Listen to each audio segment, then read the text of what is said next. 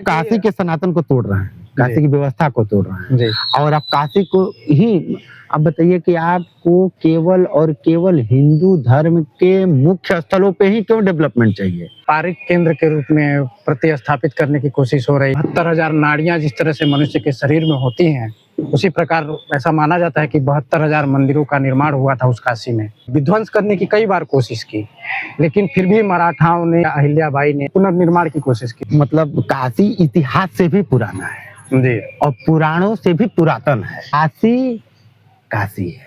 एक तह जैसे ही निकालेंगे ना, काशी का एक नया रोचक इतिहास निकलेगा। वरुणा नदी है, इस साइड में अस्सी नदी है, बीच में काशी है। काशी मोक्ष नगरी है। ये दलमंडी को भी सत्यानाश कर दे। जीवन और मृत्यु दोनों ही यहाँ पे, दोनों को एक तरह से सेलिब्रेट ही किया जाता है। हिंदुओं का काबा है काशी। अथर्ववेद से लेके स्कंद पुराण से लेके तमाम जो प्रमाणिक स्रोत हैं वो बताते हैं कि काशी की सभ्यता कितनी पुरानी है। सरकार के विरोध में चल रहा है। मतलब आप ये कह रहे हैं कि बनारसी लोग डरते हैं? नहीं। नमस्कार, प्रणाम।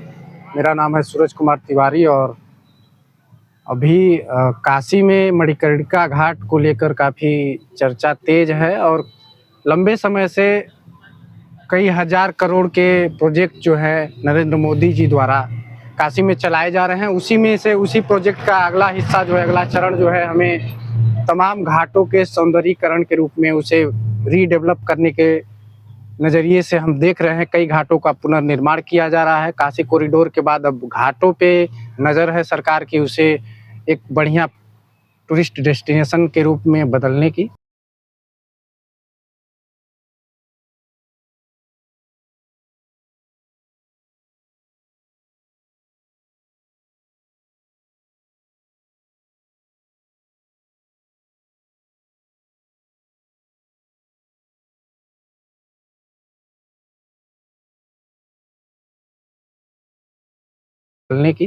लेकिन धर्म की और तमाम संस्कृति और विरासत के जो कुछ मुद्दे हैं, उस पे लोगों की आशंकाएं और विशेष करके धर्म गुरुओं की आशंकाएं काफ़ी तेज हो रही हैं। उससे जुड़े जो भी लोग हैं, बनारस के, काशी के जो निवासी हैं, वो इससे नाराज़ हैं, परेशान हैं कि हमारी धरोहर के साथ, हमारे विरासत के साथ छेड़छाड़ किया जा रहा है। तो इस मुद्दे पे हमारे साथ अमृतेश त्रिपाठी जी जुड़ेंगे। विशेष करके ये चर्चा संस्कृति और धर्म के और समाज के इर्द गिर्द ही घूमती नजर आएगी, क्योंकि समाज का जो ताना बाना है और समाज के जो संदेह हैं, आशंकाएं हैं सरकार के इस विकास के दृष्टिकोण के प्रति, उस पे वो अपनी जो भी बातें हैं आपके समक्ष रखेंगे।